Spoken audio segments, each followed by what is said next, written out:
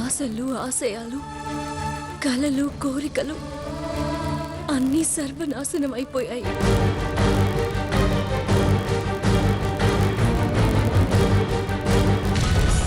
గొంతు మీద కత్తి పెట్టి అమ్మవారికి బలవుతున్నావు. అంతా నీ అదృష్టం అన్నట్టయిపోయింది నా బ్రతుకు.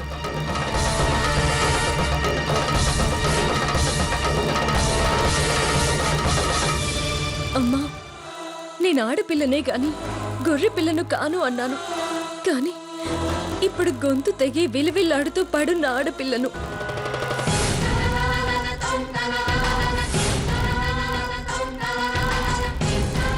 ఆవిడ చేసిన పని యాసిడ్ దాడి కన్నా ఘోరంగా అనిపిస్తుంది. ఆడపిల్లలకి అమ్మా నాన్నలకి సాయంగా ఉండాలనుకునే అర్హత కూడా లేదా? అత్తారింటి పిల్లని కాకముందే పుట్టింట్లో అత్తింటి గృహహింసను అనుభవిస్తున్న మొట్టమొదటి ఆడపిల్లను నేనే అనిపిస్తుంది. అమ్మా సీత, ఈ మాటే ఇంత క్రితం ఆలోచించుకో తల్లి అంటే నా ఆశలు బ్రతికేవి కదా నాన్న. నీకు తెలీదా తల్లి? అదే నిస్సహాయత మీద ఆవిడ దౌర్జన్యం చేసింది.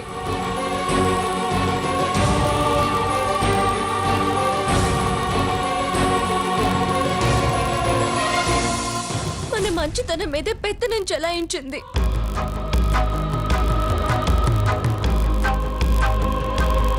కానీ పెంచి పెద్ద చేసిన తల్లిదండ్రులకు ఖర్చు మిగిల్చి వెళ్ళడమేనా ఆడపిల్ల బ్రతుకు?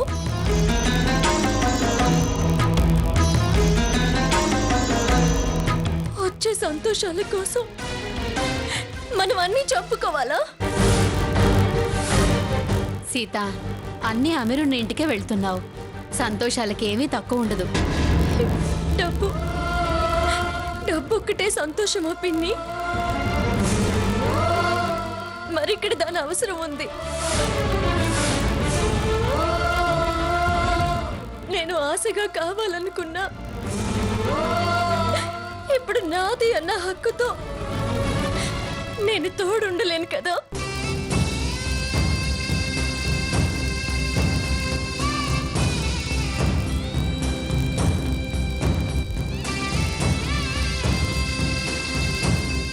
అక్కడ చెయ్యి చాచి ఇక్కడ పంచాలి. అలా చేసి వీళ్ళ ఆత్మాభిమానాన్ని వెక్కిరించనా?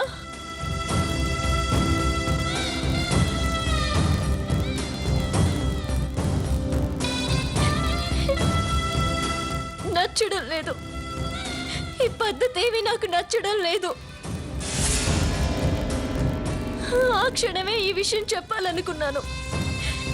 కానీ అమ్మ చూపులో ప్రమాణం, నాన్న కళ్ళల్లో నేనిచ్చిన మాట కనిపించి నన్ను కట్టి పారేశాయి.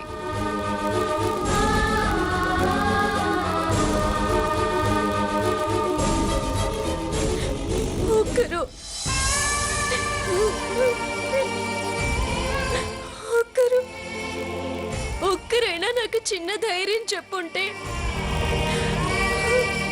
ఆ రాజీనామాకి నా చేతులు ముందుకొచ్చేవి కావు. ఏం పర్వాలేదులే సీత, మా బతుకు మేం బతకగలం. చూసారా అప్పుడే మా అన్న మాట అమ్మ నోటి నుంచి వచ్చేసింది. నా భయం అదేనా? అందరి నుంచి వేరైపోయాను.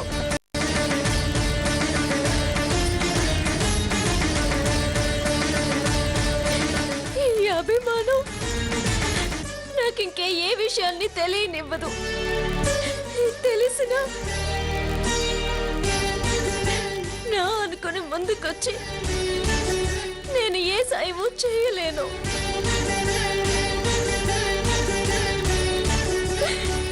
కర్మ అంతా నా కర్మ. అక్క అక్క ప్లీజ్ అక్క,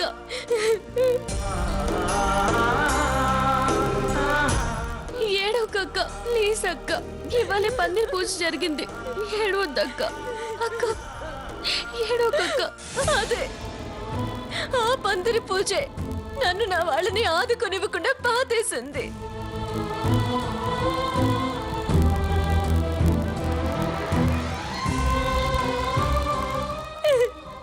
ఛ! ఏం బతుకని నా మీద నాకే ఆశయం వేస్తుంది.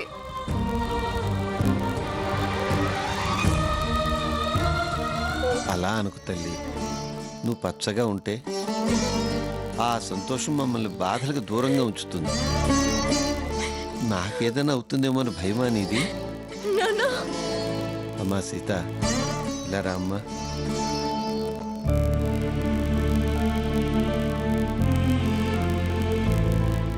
కూర్చో తల్లి. బాధ్యతలు నెరవేర్చాలన్న పట్టుదల ఉన్న మనిషినమ్మా నేను. ఒడుదుడుకులు ఎన్ని వచ్చినా ఒడ్డుకు చేరగలను. నీకు ధైర్యం చెప్తే సంతకం మానేసి మాకు దగ్గరగా ఉంటావు కానీ ఆ కుటుంబానికి దూరం అయిపోతావు.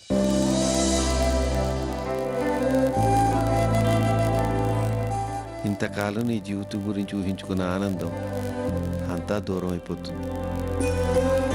అప్పుడు మేమంతా బాధపడాల్సి వచ్చేది కదా. నీ పెళ్లి కోసం చేసిన పొదుపు ఖర్చు కావడం లేదు. అది స్వర్ణ పెళ్లికి ఆసరాగా ఉంటుంది.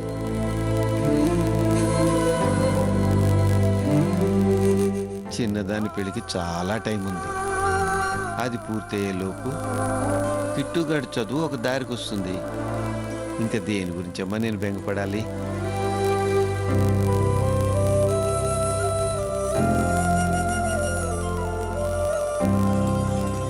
నా ఆరోగ్యం గురించేనా? హెల్త్ ఇన్సూరెన్స్లు ఉన్నాయి. శేష జీవితం సాఫీగా సాగడానికి ప్రావిడెంట్ ఫండ్ ఉంది, పెన్షను ఉంది. అందుకే నువ్వేమీ ఆలోచించొద్దు తల్లి. సీత,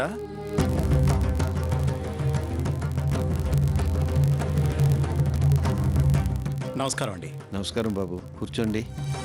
సార్ మీరా? రండి కూర్చోండి సార్. బాగున్నావా? ఏంటి సీత రిజిగ్నేషన్ పంపించావు? పెళ్లి దగ్గర పడింది కదా బాబు. పెళ్లికి ఉద్యోగానికి ఏంటండి సంబంధం? పండగ కోసం 4 రోజులు సెలవు పెట్టింది ఓకే, మానేయడం ఎందుకు?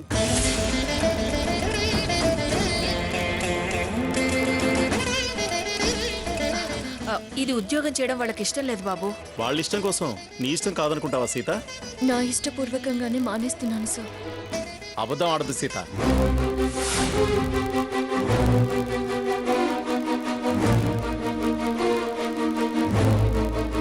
నువ్వు ఇష్టంగా రాజీనామా చేశావో కష్టంగా రాజీనామా చేశావో నీ సంతకమే స్పష్టంగా చెప్తోంది.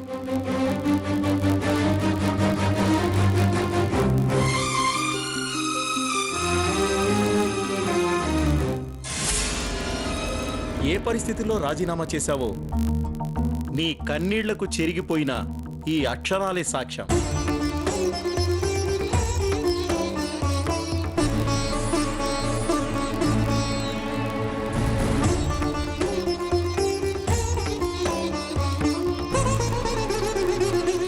ఆనంద బాష్పాలని మళ్ళీ ఇంకో అబద్ధం చెప్తావా? నీ ఇష్టమేంటో నీ ఆశయం ఏంటో చాలాసార్లు నాతో చెప్పావు.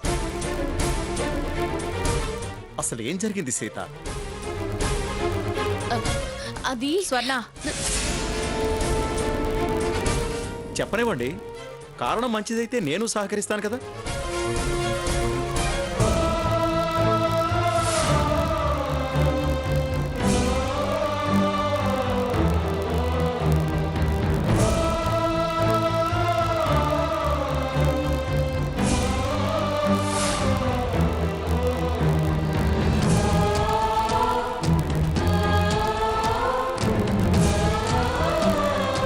చూడు సీత, నీ తెలివితేటలే చాలా త్వరగా నీ జాబ్ పర్మనెంట్ కావడానికి కారణం. ఆ ఇంటెలిజెన్సీని అత్తారింటి లాకర్లో పెట్టేకు. ఎవరి బలవంతానికో నువ్వు ఈ పనిచేస్తుంటావు. నేను ఈ రిజిగ్నేషన్ లెటర్ని యాక్సెప్ట్ చేయను.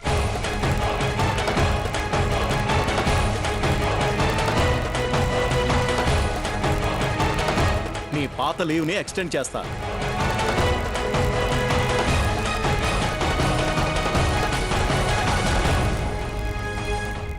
నువ్వు బాగా ఆలోచించి మంచి నిర్ణయం తీసుకునేదాకా నీ సీటు నీకే ఖాళీగా ఉంటుంది.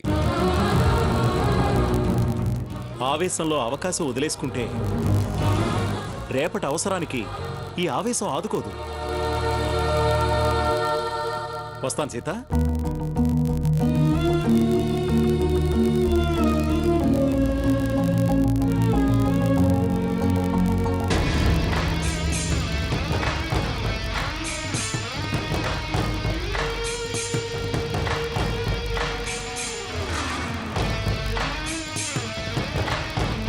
ఏం చేస్తున్నావు కన్నా? ప్రాజెక్ట్ ఎక్స్పెండిచర్ చూస్తున్నా గ్రాని. అలాగా? నువ్వింకా పడుకోలేదా?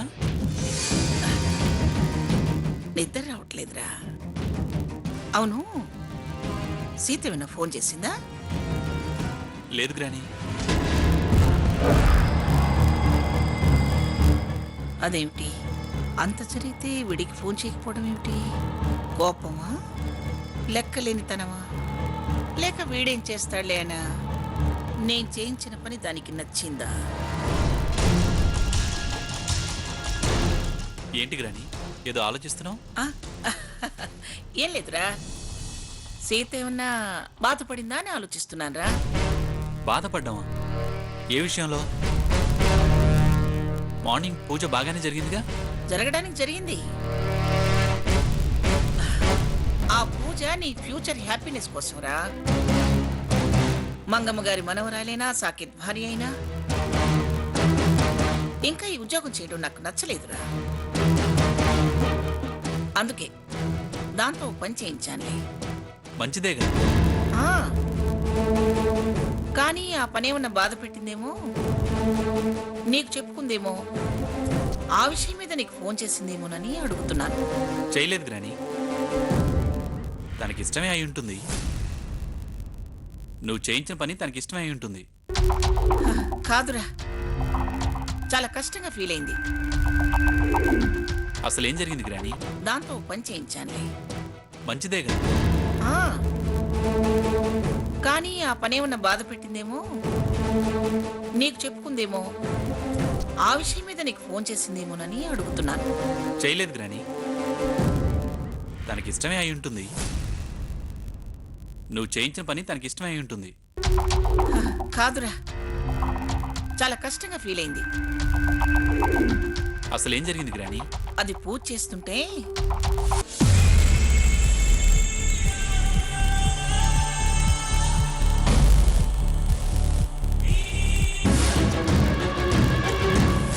అదిరా కన్నా, ఫీల్ అయిందేమోనని నా ఫీలింగ్. ఫీల్ అయితే ఫోన్ చేసేదిగా గ్రాని. నో ప్రాబ్లం, నువ్వు వెళ్ళి పడుకో గ్రాని. అలాగే.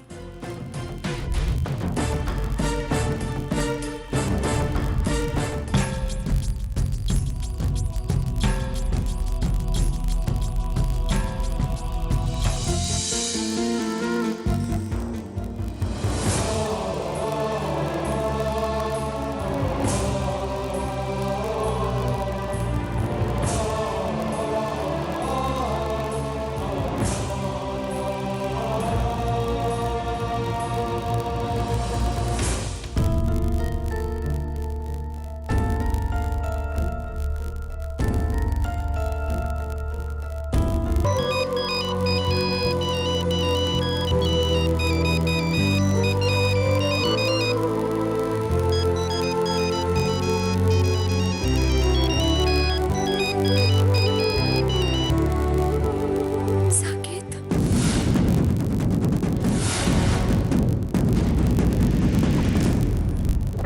ఇప్పుడే నీ రిజిగ్నేషన్ లెటర్ గురించి తెలిసింది. ఇంత దూరం రావడానికి ఒక విధంగా నేను ఆలస్యం చేయడమే తప్పు. అంతా జరిగిపోయిన తర్వాత తప్పుల గురించి అనుకోవడం ఎందుకు సాకేత్? ప్లీజ్ సీత, ఫీల్ అవ్వకు. అలా ఎలా అనగలుగుతున్నారు సాకేత్? నా బాధ మీకెవరికీ అర్థం కాదు.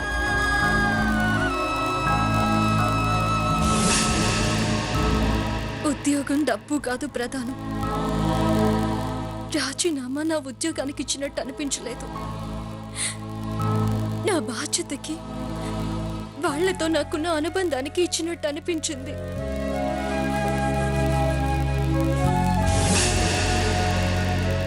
నాన్న ఆరోగ్యం గురించి నా ఆందోళన నేను మాటలతో చెప్పలేను సాకేత్. ఆ కుటుంబం గురించి అన్నీ తెలిసి ఏమీ తెలియందల్లా ఏ విధంగా ఆదుకోలేని పరిస్థితుల్లోకి నెట్టివేయబడ్డానని పిల్లిపిల్లాడిపోయాను. ఆ క్షణం నేను మానసికంగా ఎంత నలిగిపోయానో మీకెవరికీ తెలియదు.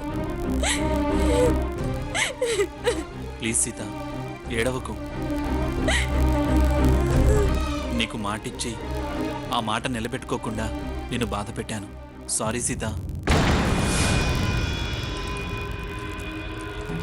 మార్నింగ్ నేను చాలా బాధపడ్డాను. నాలో నేనే నలిగిపోయాను. కానీ భాస్కర్ గారు వచ్చి వెళ్ళాక నేను కాస్త రిలీఫ్ అయ్యాను. భాస్కర్ గారు వచ్చారా? ఏమన్నారు? సంతకం మీద పడ్డ కన్నీళ్లను చూసి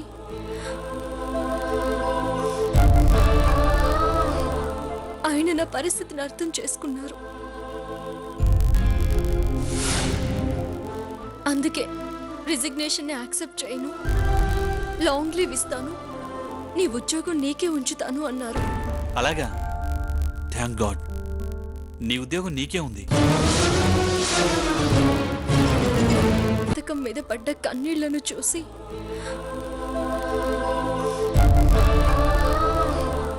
ఆయన నా పరిస్థితిని అర్థం చేసుకున్నారు. అందుకే రిజిగ్నేషన్ యాక్సెప్ట్ చేయను, లాంగ్ లీవ్ ఇస్తాను, నీ ఉద్యోగం నీకే ఉంచుతాను అన్నారు. అలాగా? Thank God. నీ ఉద్యోగం నీకే ఉంది.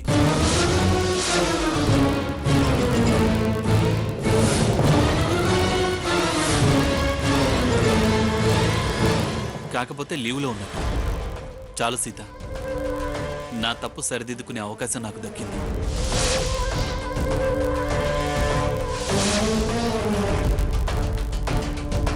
నేను ఎలాగైనా సరే నువ్వు ఉద్యోగం చేసేలా, నీ వాళ్ళకి సాయంగా నిలిచేలా నేను చూస్తాను.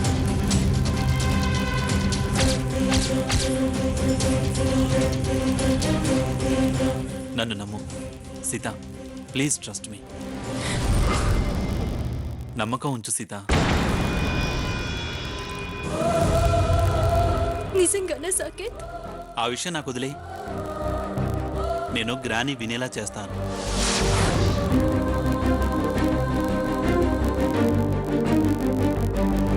అన్నీ డీటెయిల్గా మాట్లాడుకుందాం.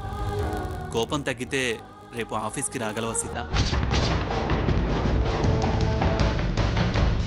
నాకేమీ కోపం లేదు సాకేత్, తప్పకుండా వస్తాను. Thank you. Bye. Good night. Bye.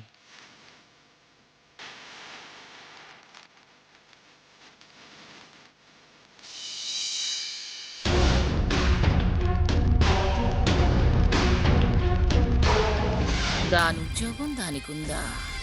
దాని ఆలోచనంతా వాళ్ళకి సహాయం చేయాలనే. ఇది లక్ష్మిలాగానే ఆలోచిస్తోంది.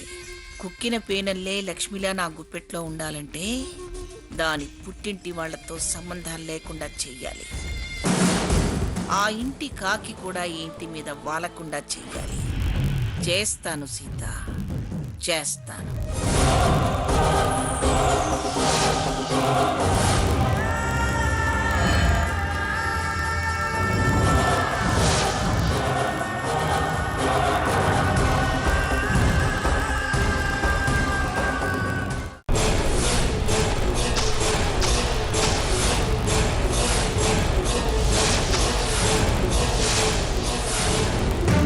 ఏంటయ్యా, రారా అని పిలిచి ఏం మాట్లాడవే? ఆదివారం సెలవు సరసం అంటూ పిచ్చి పిచ్చిగా వాగావు కదా. నేనేం పిచ్చి పిచ్చిగా వాగలా. నువ్వు చూడు వదినా.